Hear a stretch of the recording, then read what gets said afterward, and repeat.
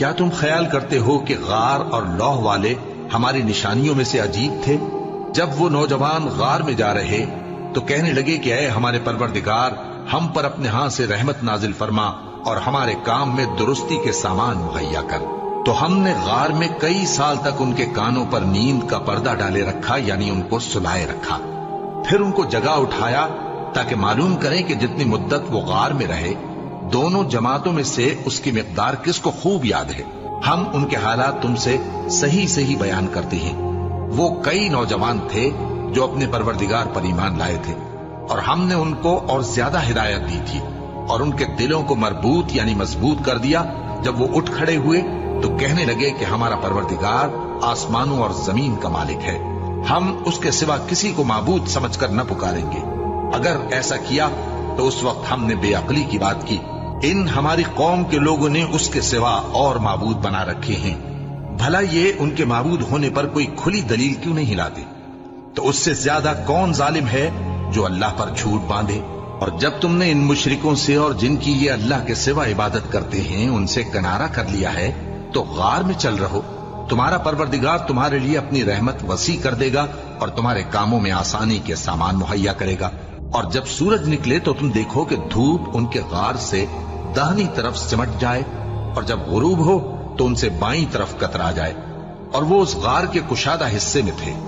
یہ اللہ کی نشانیوں میں سے ہیں، جس کو اللہ ہدایت دے وہ ہدایت یاب ہے، اور جس کو گمراہ رہنے دے تو تم اس کے لیے کوئی دوست راہ بتانے والا نہ پاؤ گے۔ اور تم ان کے متعلق خیال کرو کہ وہ جاگ رہے ہیں حالانکہ وہ سوتے ہیں، اور ہم ان کو دائیں اور بائیں کروٹ بدلاتے تھے، اور ان کا کتا چوکھٹ پر دونوں ہاتھ پھیلائے ہوئے تھا۔ اگر تم ان کو جھانک کر دیکھتے تو پیٹ پھیر کر بھاگ جاتے اور ان سے دہشت میں آ جاتے۔ اور اسی طرح ہم نے ان کو اٹھایا تاکہ آپس میں ایک دوسرے سے دریافت کریں۔ ایک کہنے والے نے کہا کہ تم یہاں کتنی مدت رہے؟ انہوں نے کہا کہ 1 دن یا اس سے بھی کم۔ انہوں نے کہا کہ جتنی مدت تم رہے ہو تمہارا پروردگار ہی اس کو خوب جانتا ہے، تو اپنے میں سے کسی کو یہ روپیہ دے کر شہر بھیجو، وہ دیکھے کہ نفیس کھانا کون سا ہے تو اس میں سے کھانا لے آئے، اور احتیاط سے آئے جائے اور تمہارا حال کسی کو نہ بتائے۔ اگر وہ تم پر دسترس پا لیں گے تو تمہیں سنسار کر دیں گے یا پھر اپنے مذہب میں داخل کر لیں گے، اور اس وقت تم کبھی فلاح نہیں پاؤ گے۔ اور اسی طرح ہم نے لوگوں کو ان کے حال سے خبردار کر دیا تاکہ وہ جانیں کہ اللہ کا وعدہ سچا ہے، اور یہ کہ قیامت جس کا وعدہ کیا جاتا ہے اس میں کچھ شک نہیں۔ اس وقت لوگ ان کے بارے میں باہم جھگڑنے لگے اور کہنے لگے کہ ان کے غار پر عمارت بنا دو۔ ان کا پروردگار ان کے حال سے خوب واقف ہے۔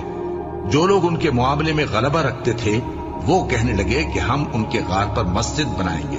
بعض لوگ اٹکل پچو کہیں گے کہ وہ 3 تھے اور چوتھا ان کا کتا تھا، اور بعض کہیں گے کہ وہ 5 تھے اور چھٹا ان کا کتا تھا، اور بعض کہیں گے کہ وہ 7 تھے اور 8واں ان کا کتا تھا۔ کہہ دو کہ میرا پروردگار ہی ان کے شمار سے خوب واقف ہے، ان کو جانتے بھی ہیں تو تھوڑے ہی لوگ جانتے ہیں۔ تو تم ان کے معاملے میں بحث نہ کرنا مگر سرسری سی بحث، اور نہ ان کے بارے میں ان میں سے کسی سے کچھ دریافت ہی کرنا، اور کسی کام کی نسبت نہ کہنا کہ میں اسے کل کر دوں گا، مگر انشاءاللہ کہہ کر، یعنی اگر اللہ چاہے تو کر دوں گا۔ اور جب اللہ کا نام لینا بھول جاؤ تو یاد آنے پر لے لو، اور کہہ دو کہ امید ہے کہ میرا پروردگار مجھے اس سے بھی زیادہ ہدایت کی باتیں بتائے۔ اور اصحاب کہف اپنے غار میں 9 پر 300 سال رہے،